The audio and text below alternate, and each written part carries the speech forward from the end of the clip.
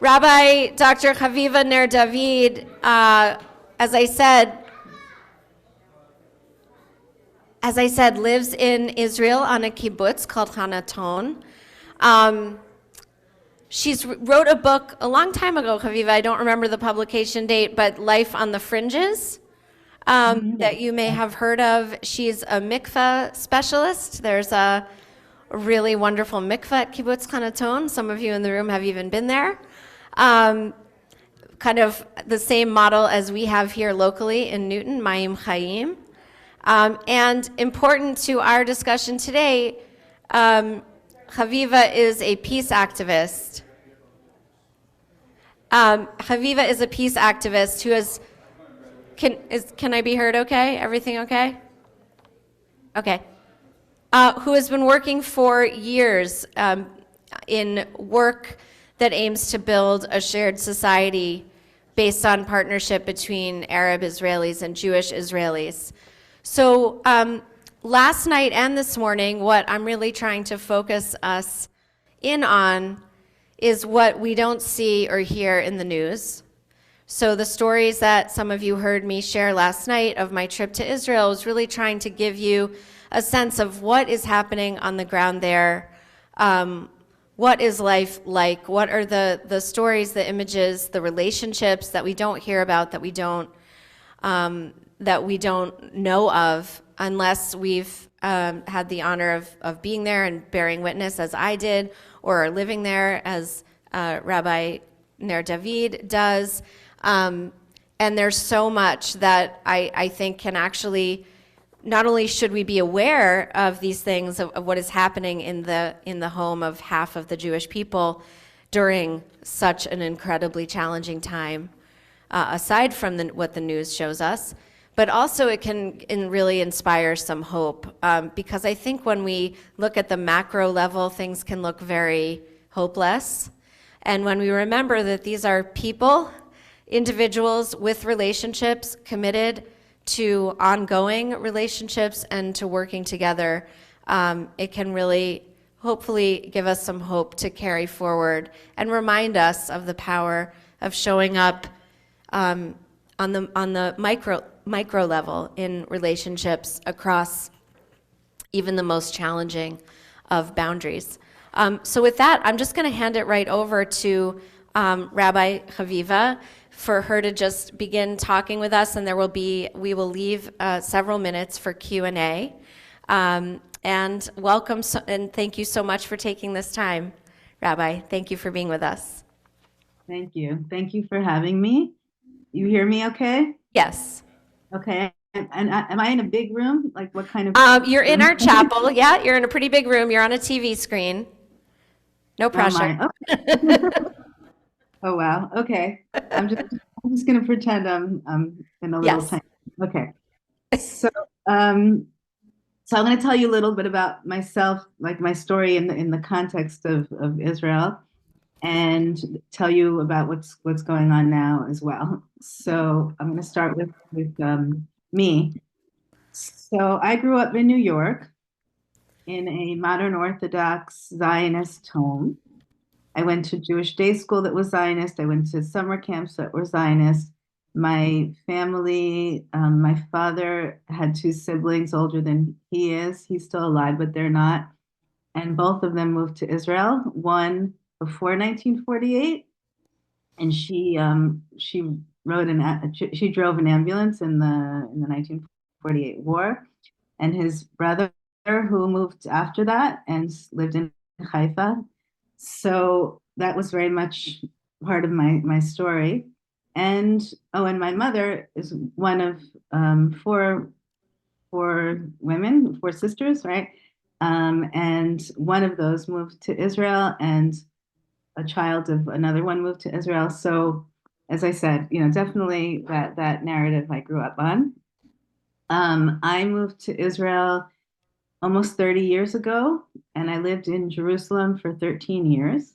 When I was living in Jerusalem, I'd say my focus of my activism was mostly on Jewish feminism and on Jewish pluralism in Israel. I was very involved in Women of the Wall, and I helped found a congregation called, um, oh my goodness, wait. Oh, wait, okay. Oh, I'll remember in a second. Okay, but anyway, but an Orthodox feminist kind of a congregation. I later, um, let's see, then we moved to the Galilee, which is where I live now. I've been in the Galilee now for 14, 15, I guess 15 years now. And I live on Kibbutz Hanaton, as it was mentioned. This is a kibbutz that was founded by the conservative movement, but now it's a Jewish pluralist but liberal kibbutz. And there's one synagogue in the kibbutz that's an egalitarian synagogue. I became a what I call myself a post-denominational rabbi later. I left Orthodoxy. I wanted to become a rabbi even while I was Orthodox. I was an Orthodox feminist. And I, at some point, left. That's another talk that I give, but I left Orthodoxy and I call myself a post denominational rabbi. Okay. So when we moved to the Galilee, to Kibbutz Hanaton, Hanaton is surrounded by mostly Arab villages, Palestinian, Israeli Arab villages. And while I was living in Jerusalem, I was involved with peace work. I was involved in some dialogue groups, and I sent my kids to something called Kids for Peace, which is a summer program. But I'd say, as I said, it wasn't my main focus of my activism. When I moved to the Galilee, it became my main focus of my activism because I started to become friends with people from the villages around me. And I joined a group called I call it a narrative sharing group where we would share our stories with each other and just sit and listen in non-judgment. And I started to hear all these stories of people whose families were in villages that were then destroyed in 1948, and they had to move to other places. A lot of people in Nazareth once lived in other areas and other villages. One called Sefaria, which is now Moshav Tzipori. And so this was all stuff that I hadn't learned when I was growing up. I just heard the Zionist narrative. So this was, I knew some of it, but not the extent of it. And so I became much more committed to holding both narratives and believed and still believe that we need to both acknowledge each other's narratives, acknowledge each other's suffering, acknowledge each other's responsibility in the conflict, both sides. And I'm committed to that. I wrote a novel called Hope Valley, which is the story of a friendship between a Palestinian Israeli woman and a Jewish Israeli woman in the Galilee. I've written a bunch of books actually. I think I have 7 books, 2 novels, 3 memoirs, and a children's book about mikvah. But this is the one I'm going to mention now because it's the most relevant to what we're talking about. But I have another novel after that came out in the summer. Oh, actually, I'll just mention it because it takes place in your part of the world. It's called To Die in Secret, and it takes place in Massachusetts. But the main character lived on a kibbutz for 30 years. 30, 40 years, 40 years. She's 60. Um, but Hope Valley, learning, doing the research for this book, I learned a lot about 1948 and what led up to the founding of the Jewish state. And the book takes place in 2000, which was leading up to the Second Intifada, the summer of 2000. So I learned a lot of this history, and the book is written from the points of view of each woman. It goes back and forth between these 2 points of view. And I believe strongly that we need to hold these 2 points of view, as I said. In 2014, that was a different war between Gaza and Israel. And then I decided to go to interfaith seminary, which I did. And so I also have interfaith ordination.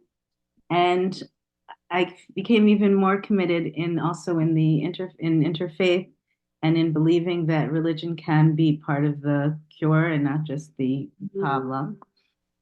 In 2021, another war between Gaza and Israel, I decided that I needed to not only know these narratives and be friends with these people, that I needed to actually also become much more active, take an activism kind of role. And I joined something called Omdim Biyachad, Standing Together.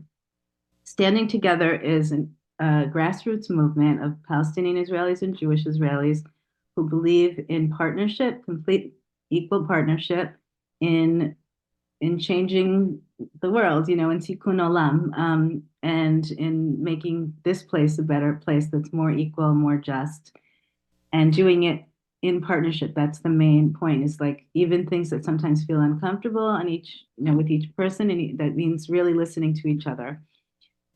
I also, when I moved up north, we started sending our kids to a bilingual Arabic, Hebrew, Arab, Jewish school called there's a chain of schools in Israel called the Hand in Hand schools, Yad B'Yad, and we started sending our kids to these schools, and that also has a whole community around it, of a shared society community. So I'll get to the pictures in a minute, when I start talking about today. So there's a community around that school as well, which is also, sometimes there's dialogue. The kids are growing up with each other, which is not the common thing in Israel. In Israel, it's most common to have Arabic speaking schools, Hebrew speaking schools. There's also religious schools, non-religious schools. So there's some schools that mix these things up.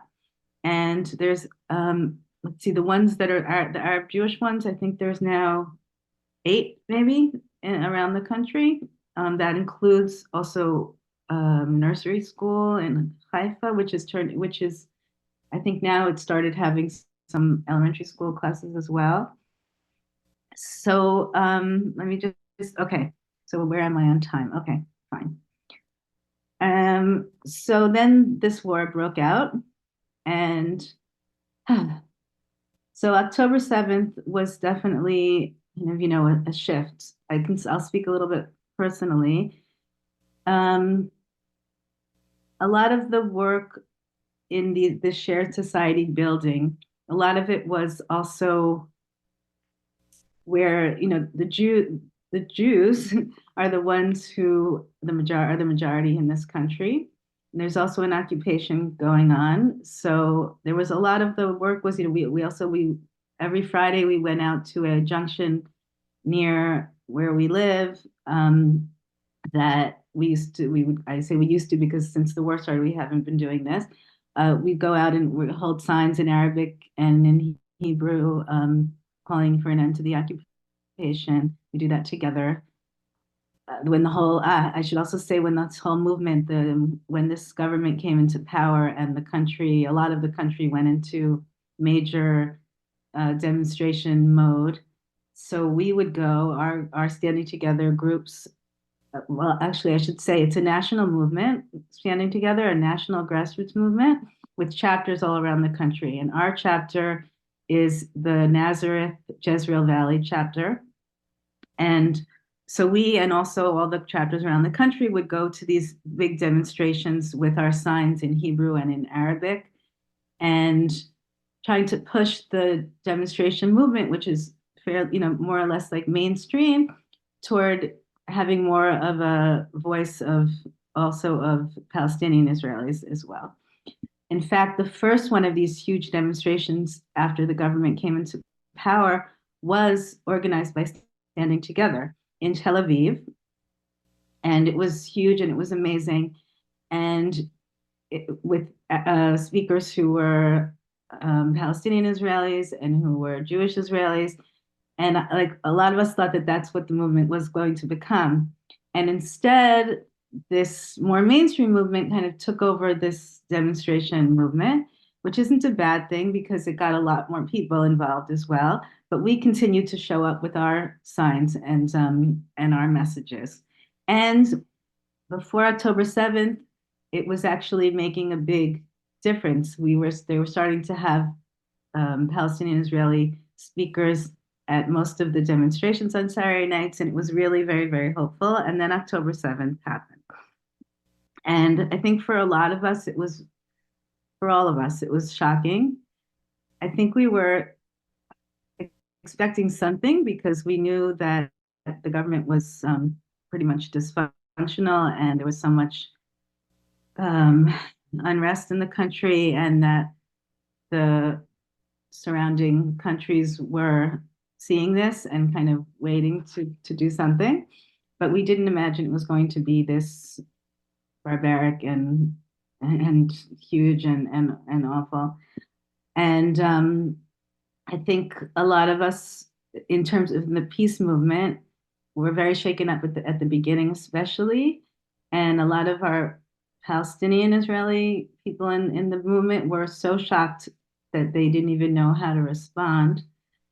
And we're not, and still are not used to, but we're not used to kind of being the ones who had to say, oh my gosh, this is so terrible what my people have done to you, because usually it was us doing that. We were, seeing what was going on in the territories leading up to this and doing a lot of this, like we need to go out and say that we don't condone this, we're against our government that's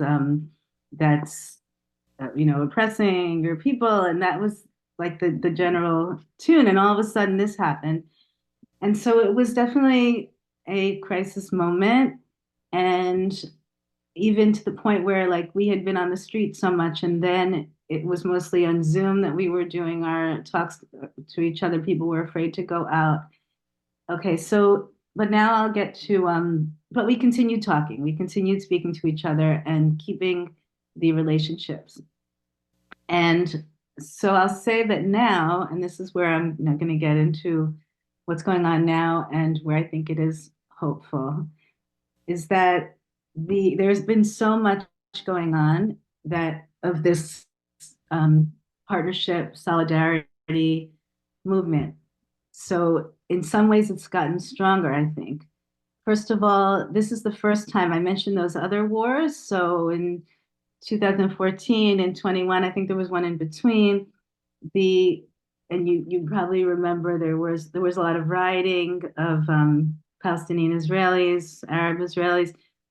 So it's I'm not either term people use here, so I'm never sure which one, maybe which what you're used to.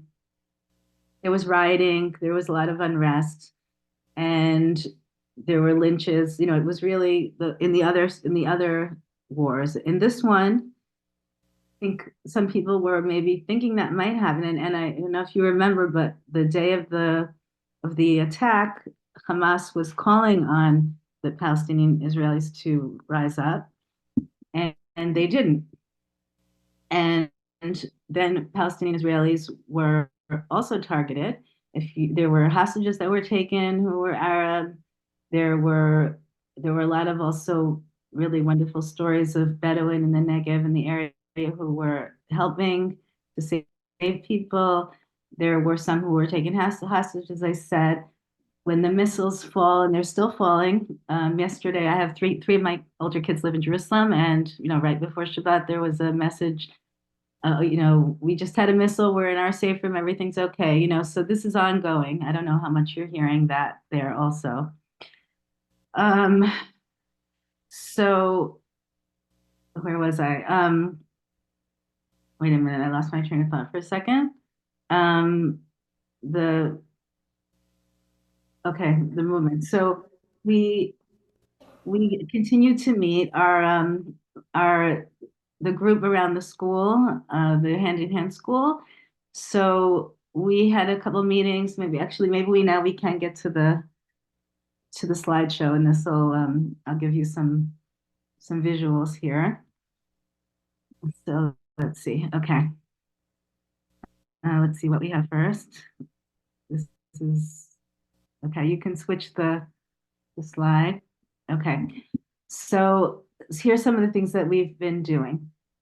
This is our hand in hand. This is not hand in hand, sorry. This is the Omdim B'Yachad, the Standing Together group. So one of the activities we've been doing is making signs, painting signs together that say things like this one says, "Together we will build hope." There's ones that say, "Good neighbors even in difficult times." We making all these kinds of signs. I think you can move it again. Here's another one of us making the signs, and it's especially fun when some people bring their kids. making signs and hanging them. You can move it again, hanging them up outside of our villages, our kibbutzim, our yeshuvim. This is a friend of mine who lives I live in Hanaton, as I said, and there's an Arab village across the highway, it's not a huge highway, across the main road called Kufr Manda. And this is my friend Ahab. And so we got together after the signs were dried and we hung them up together, he and I. And and you see how happy he is. I mean, it was very uplifting, the whole project. And we've done it a few times already. Let's see what the next one is. Okay, in Kufr Manda. So another thing that I've been doing, oh, and that reminds me of something else. So I'm trying to stay on track here, but I'll remember things and I'll just add them. Um, I've been teaching. I'm not an English teacher. That's not my trade. But a number of years ago, I started a couple days a week, once a week. Different years it's been different. Teaching spoken English to kids in the village across the way, in Nazareth, in Sakhnin, in different Arab cities and villages around. So right now, this is one of my classes now that I teach in Kufr Manda. And I'll say, so I was planning to start teaching, and then this war broke out, and I really didn't know if they would invite me to come back. I was kind of wondering what was going to happen because the holidays here in Israel, a lot of things don't really get started until after the Jewish holidays. And so when the holidays ended, that was the war. That was, Simchat Torah. That was the last day of the holidays was the war.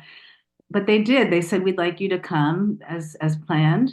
And so I teach three different classes in this high school, and it's been such a light for me. A lot of these kids that don't meet Jews until they maybe I mean, they meet like they'll see in the mall and on the street and all that, but to really get to know Jews, not really much until they get maybe to university or so they're in 12th grade, so they're like right before this stage where they'll be going out into the world more.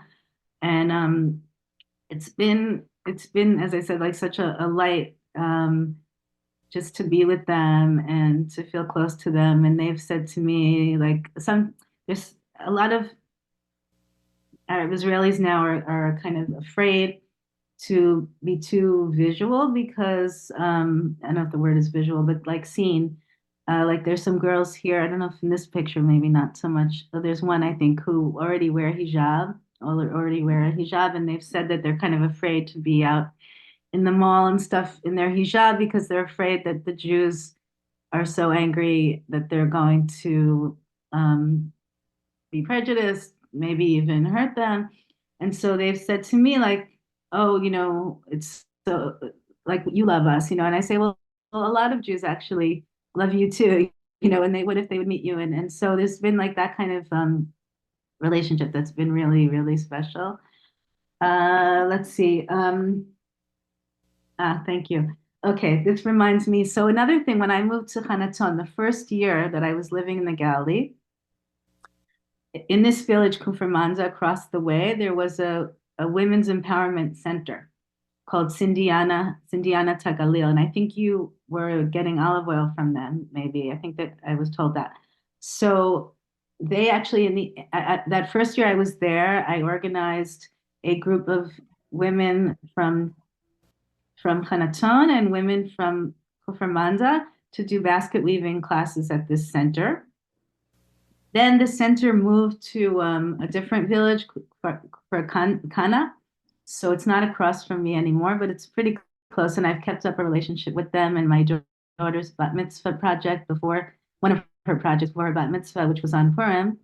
We wove baskets for the Mishlochei Manot at this center and then brought them to a battered women's shelter after her bat mitzvah. So I've kept up a relationship. And this is a picture of an olive picking, joint Arab Jewish olive picking that happened, maybe it was like a month ago or so, also during the war. So I brought this here. And there's been, I think probably your rabbi told you about all this volunteering that's going on here. So there's a lot of this agricultural volunteering because a lot of a lot of the farm workers have gone back to their homes, and so people on the ground here have been going and doing all this vegetable and fruit picking. So it's now olive harvest season. It's just kind of it's ending now, and so this we did together. Okay, what's the next one? Let's see. Okay, this is so the school, the Arab Jewish school. I'm still, even though my youngest graduated from the school in June, I'm still on the board and still involved with the school. And so when the war broke out, the board met and in this restaurant in Sachin, and we had a hard conversation. So I'll say a lot of the Palestinian Israelis really do feel a dual loyalty.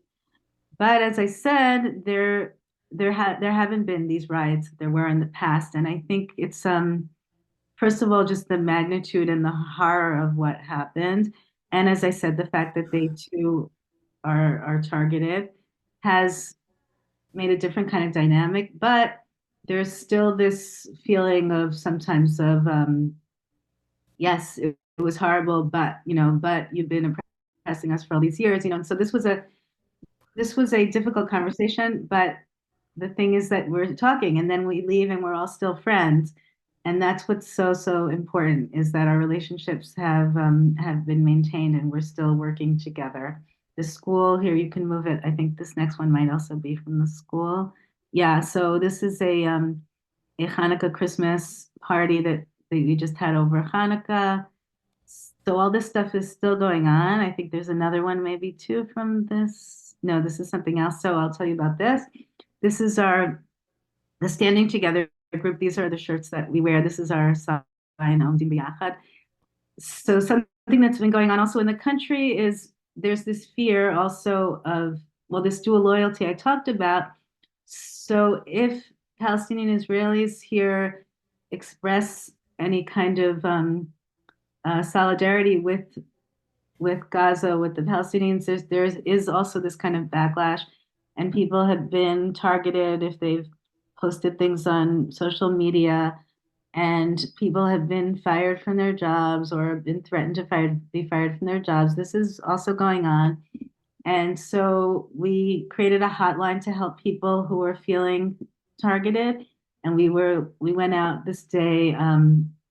It was the day after Thanksgiving. It was what do you call that? Black Friday. Although people in Israel, they've been calling it Black Friday for years now, even though there's no Thanksgiving, but it was also like the start of Christmas shopping.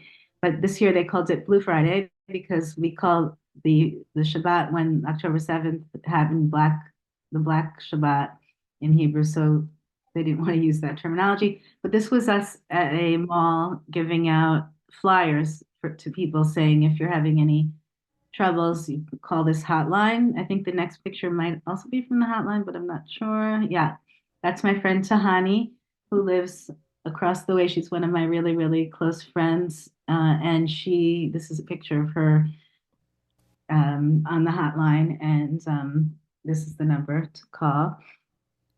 So it's a joint Arab Jewish project as well. Let's see what our next slide is. This was also from the Christmas Hanukkah party. Okay, next one. Let's see what else we've got here. Okay. This is a conference that I was just at yesterday, actually. So I'll say Standing Together. Let me just put my pages here for all the things we're still doing. So there's the conference. Okay.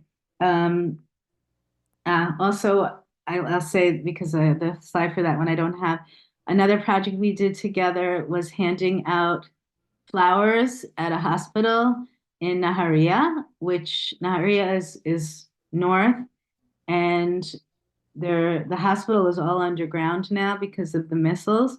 So we went together, Arabs and Jews from our local Standing Together chapter, and we handed out flowers to the patients, to the staff. It was really such a special, special day. Wow, it was really amazing. Um, we've also been having conferences. I'm not sure if there's a picture of one, but I'll talk about this conference. But first, I'll tell you the Standing Together conferences we had all over the country. There was one in Jerusalem, one in Tel Aviv, one in Haifa, one in our area in an Arab village called Tamra, there were a few more. The one in Haifa that I went to had 700 people. It was standing room only. They had so much spillover. They had to put a screen in another room so people could participate. It was overwhelming. It was amazing. So that was those were conferences all to just say we're all in this together. We're standing together. We're keeping up our relationships. So that was quite amazing. This conference was a conference I went to yesterday of a new political party called Kol Ezracheha, which means all of its citizens. And it's what you, in Hebrew, the term for a liberal democracy is a country of all its citizens. And this conference was just yesterday, as I said, and we had some hard conversations. All the conversations now are hard. It's it's very confusing. Everything's very confusing. It's hard to know what's going to happen and who, and what to do. But as I said, most important is that we're all together and talking together. So let's see what the next one is. This was the entrance to the conference with the shirts that say in Arabic and Hebrew, Kol Ezracheha, all citizens. Let's see what the next one is. Yeah, that's me sitting sitting at the conference. Next one, let's see. This we had these breakout at all these different conferences, also at this conference and also at the Standing Together ones. Standing Together is not a political party. It's a grassroots movement. This is a new political party. So we had these there's usually a plenary and then there's these breakaway sessions where you talk about different topics. In this session that I was in, it was talking about the war, and it was very difficult. We had people in the session whose children are fighting in the war, who are in Gaza right now. None of mine are in Gaza right now, but I have children, in the army.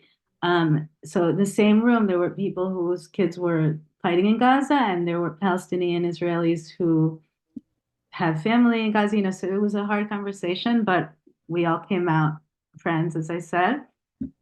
I'm going to a demonstration tonight in Haifa, which is a Standing Together demonstration, which is a peace vigil demonstration. So that's starting to go on. It's just starting now to go on too. Let's see.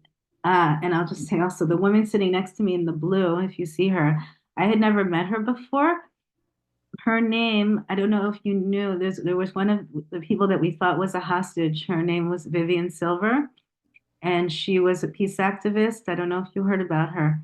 She was Yes. a peace activist, and we discovered a few weeks ago that she actually was not a hostage and that she was killed on October 7th.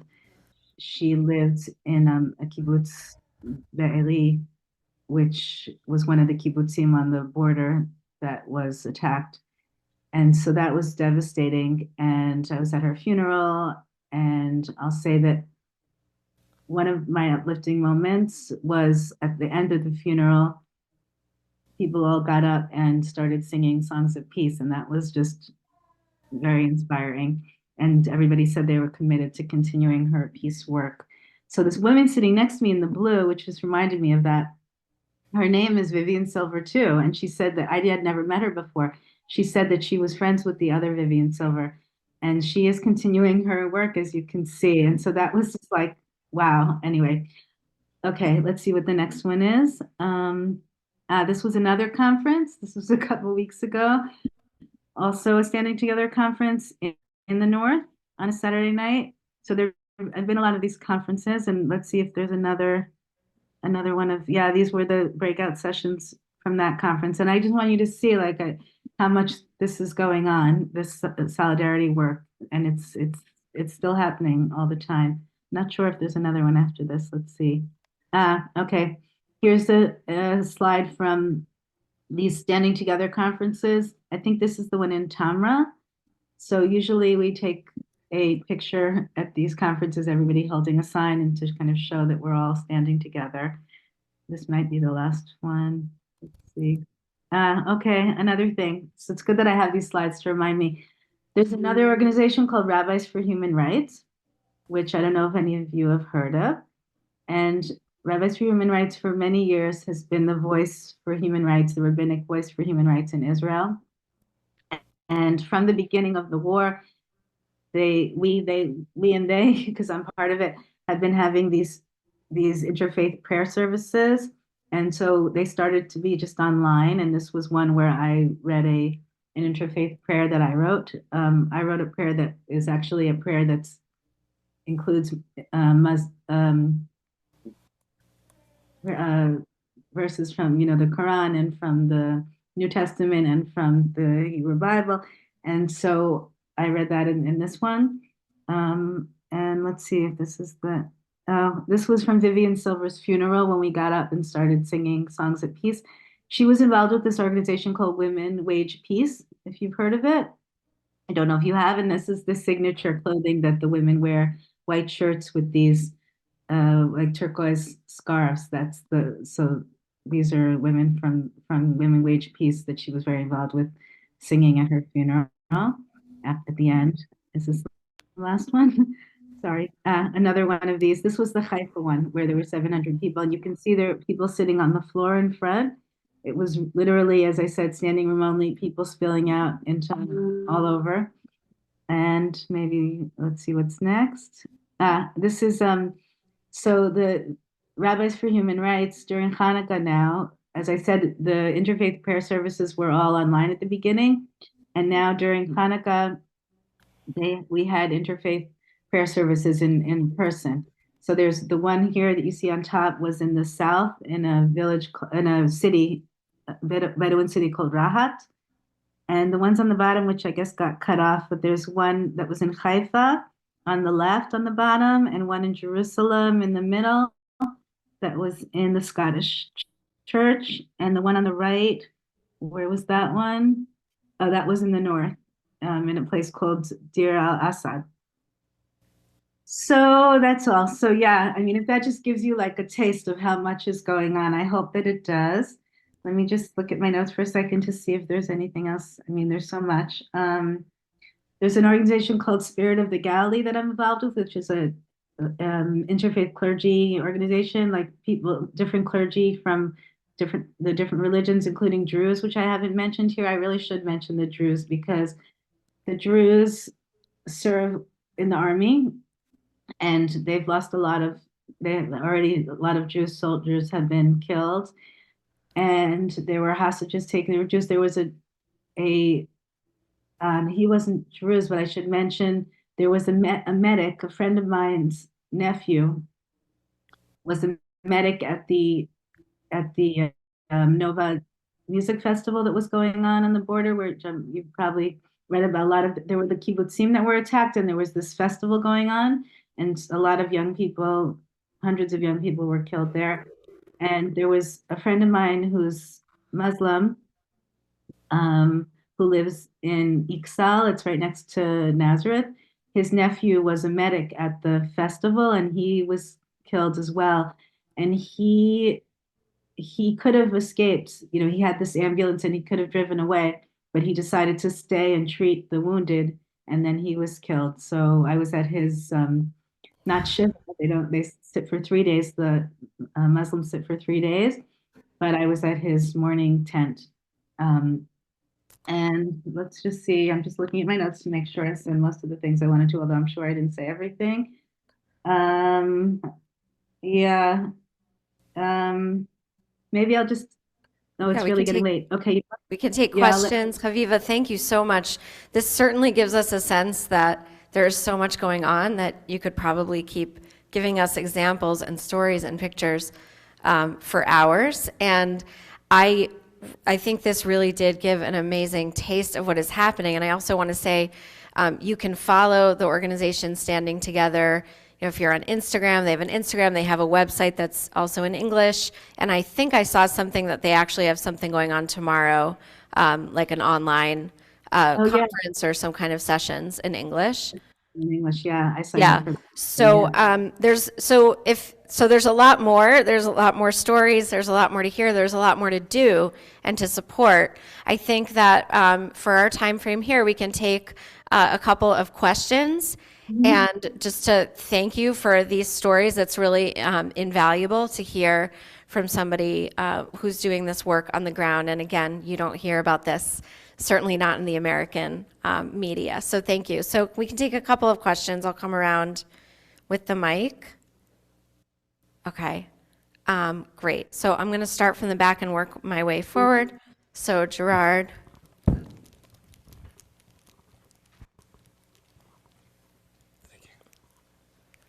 Well, thank you so much for speaking with us.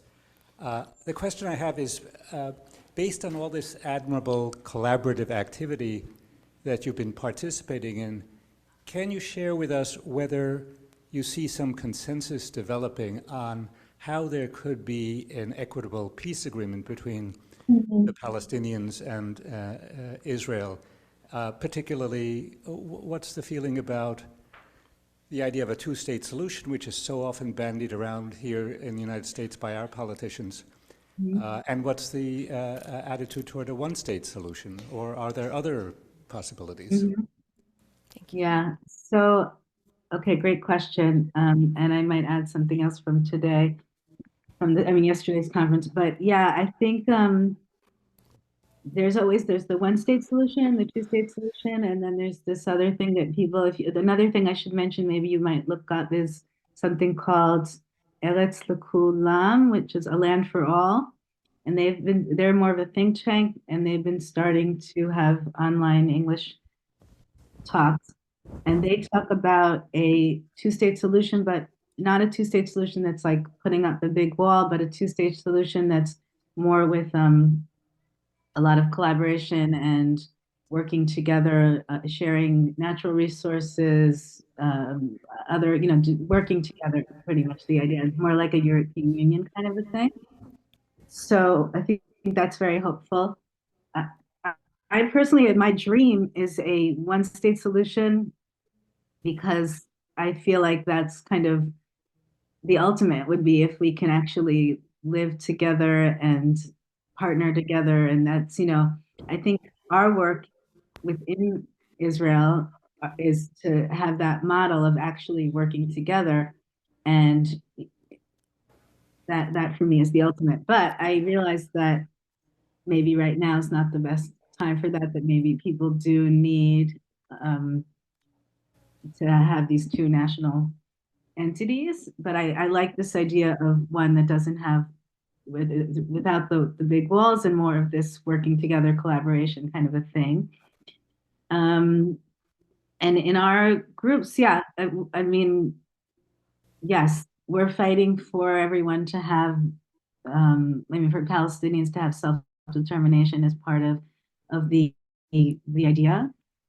And so yeah, I mean, it's like a bigger conversation, but I think we are aware that is what needs to happen. I mean, tonight, this demonstration I'm going to is calling for what they say the day after, whenever the hostages hopefully will be returned. That's very important.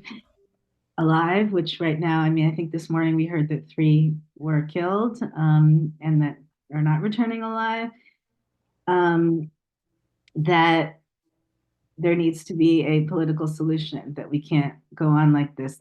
For sure, that's what our group is talking about. Now, whether Netanyahu is talking about that is another story, and hopefully we'll get rid of Netanyahu as well. That's not just my feeling, that's everyone's feeling. But the idea would be that is what needs to happen. Yes, that we need to do something. We can't continue living like this. So I hope that answers. Thank you. Thank you. Okay, we're going to take a couple more questions. Ruth? No? Oh, did I see it? Sorry, Roz. Okay. Thank you so much for talking with us. I'm wondering, the new political party that you say is forming, are they looking to run people for office in the next elections and hoping to gain some power in the Knesset, or a different approach?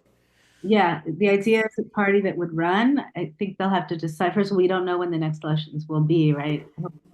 Some of us are hoping they'll be tomorrow, and then I don't know if they'll be able to get a seat by then. But the idea is to run and to eventually get seats and get some power. Yeah. Thank you. And yeah, mhm. Okay, another question, Beth.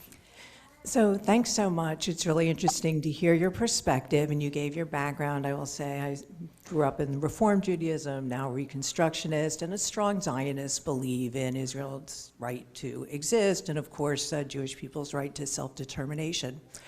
It sounds like on the ground within Israel, you've done a really nice job bringing together diverse groups and perhaps helping to ease some tension post the October 7th, was it Yes. October? Hard to believe. Anyway, attacks.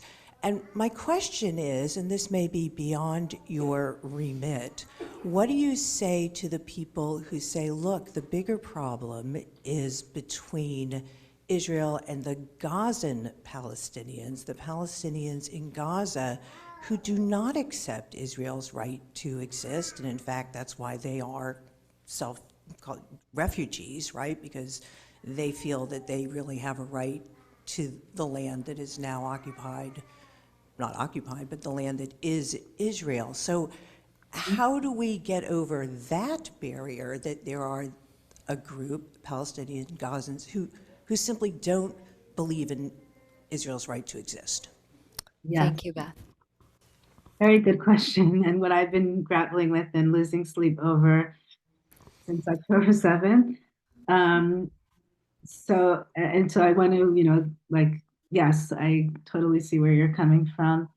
And it's been a crisis, as I said, for a lot of us. So I do feel in some ways that this is beyond what I can talk about because the people I know live here. But I do feel like if we can do it here, then it can be done. I think one of the reasons why I think a lot of the Palestinian Israelis are more anti-Hamas is because they're seeing what we're seeing. And I think a lot of the Palestinians, and even in the West Bank, and certainly in Gaza, did not see and don't know the extent of what happened on October 7th. So that's a big problem too, is that people are seeing different things and the news is saying different things in each place. But I'm hoping, and really this is just like very raw. And I came out of the conference yesterday feeling like there's hope because maybe this has gotten, there's been so much violence on both sides and so many people are suffering on both sides. And I don't usually like saying sides, but I'll just say it. That, or in both places, maybe is better to say, in both places there's so much suffering that maybe this will be like the crisis that makes people realize that they need to sit down and talk. And maybe we can get rid of Hamas and maybe we can get rid of Netanyahu's government. And people who do want to sit down and talk will sit down and talk and find some kind of solution. So that's my hope. Somebody said Avram Berg is the new this new party, Avram Berg, if you've heard of him, he's one of the founders. And he said something that touched me yesterday. He said that, and I've been feeling this because I feel like October 7th in some ways put me back in 1948. And I did the book Hope Valley. There's a diary that was written, a fictional diary that I wrote that takes place in 1948, and it's excerpted throughout the book. And I did a lot of research on that and came to this point where I felt like at that moment in history, if the Palestinians and the Jews had partnered together to create something, even if they had both agreed to partition something, that would have been, we wouldn't have all the problems we're having today. But at that moment in history, neither people were well, the Jews were ready for that, and did accept partition. The Palestinians and surrounding Arab countries did not. And then all that happened, then there was the Nakba, in 1948, and there's 1967. And so there's been all this that happened. And October 7th, I hope I'm not speaking too long, but I'll try to finish my thought. This idea of acknowledging each other's narratives and pain, and a big piece of that for me is acknowledging that both Israel and Palestinians are responsible for the conflict. And it's not all Israel's fault, and it's not all the Palestinians' fault. And it's just been a bunch of things back and forth that I think if we can all believe that and live into it and feel into it and work from that place, that's where hope will come. And that October 7th in some ways put us back to 1948, where there's more equal, you heard us, we heard you, kind of a feeling we're all victims. And that, as Avram Berg said, like maybe this can kind of put like a reset, and that we can start from that point. So that gives me hope. And another thing that gives me hope is this idea that, as I said before, that this time here in Israel, at least, the Arab community was so shocked by this and also feels victimized by Hamas, that is a new development as well. This feeling of solidarity in the country itself. And you had political leaders, the Palestinian Israeli political leaders, standing up and condemning Hamas, which was a very big, important thing. So I don't remember exactly what the question was, but Thank you. No, that's helpful. does that answer it? Okay. Beth, thank you. We're going to take one more quick question and then wrap up. This has been very enlightening. Thank you very much. It sounds like from your narrative that the relationships between Israelis and the Arabs or Palestinians have deepened. And to that extent, I was wondering how do you talk about trusting each other? Thank you. Yes, thank you. Yes, for me, that's a big piece, is the trust piece. And I think that's one reason why after, or, the day of October 7th, the day after, a lot of people, Jewish peace activists, were turning to their Palestinian friends and saying, can you condemn what Hamas did? Because needing to hear that to build trust. So that's like the first thing I'm thinking of when you say about trust. And I think for me, yes, like that trust was definitely shaken. And I think to feel secure, and I think a lot of Palestinians need to know that Jews actually feel unsafe. And it's very hard for them to understand. They're used to always being the ones who feel unsafe. And when I say to my Palestinian friends, like, I feel unsafe, they're like, what? Like, how could you feel unsafe? You're the ones with all the power, with the big army.